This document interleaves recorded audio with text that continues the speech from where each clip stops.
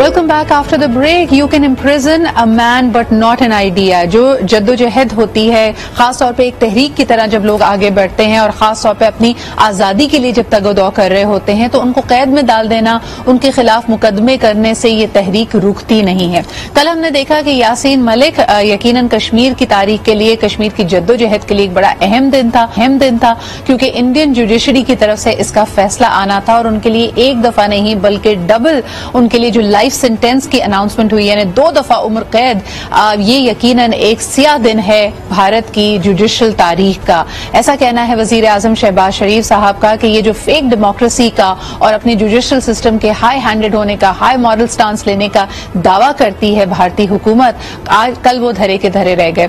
2 रोज से हम देख रहे हैं, बल्कि हफ्ते भर से देख रहे हैं, वादी कश्मीर में इसी फैसले के एहतजाज के रूप में हड़तालें हो रही हैं और इसको यकीनन एक एक्स्ट्रा जुडिशल अफेयर कहा जा रहा है। दूसरी तरफ हम देखते हैं कि Yasin Malik staying true to his own calling, उन्होंने किसी भी किस्म की रियायत के लिए भीख मांगने से गुरेज किया। उन्होंने अपना फैसला अदालतों पे छोड़ा था और एक दफा फिर अदालतों ने कश्मीरी मुसलमानों को एक तरह से मायूस किया है। वहां पे कोई सुनवाई नहीं है और हम देख सकते हैं कि इस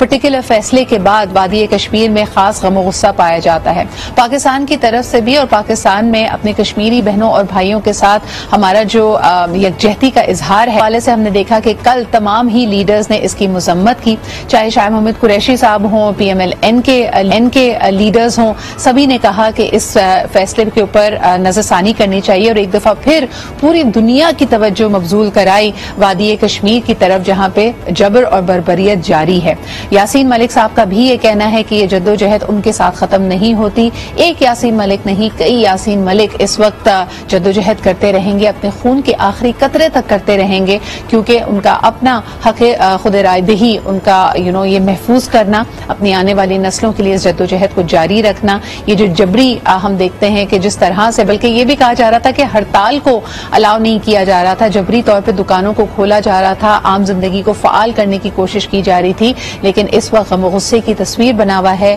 मकबूजा कश्मीर और यकीनन ये जद्दोजहद आगे बढ़ेगी। देखना यह है कि यासीन मलिक के इस फैसले आने के बाद हुकूमत किस तरह फेस करती है वादी कश्मीर को। यकीनन एक पॉकेट है जिसने खैर मकदम किया, जो समझते हैं कि ये बड़ा अच्छा फैसला है, लेकिन अगर वादी कश्मीर की तरफ देखा जाए, इसकी जद्दोजहद को देखा जाए, तो ये एक सियाह दिन है भारत की तारीख का। एक छोटा सा ब्रेक लेते हैं and we are going to come back with the pull in the country. कल के जो मामला थे, जो हमने मनाजिर पाकिस्तान भर में देखे, उस पर भी गुफ्तगू करनी है एक छोटे से ब्रेक के बाद।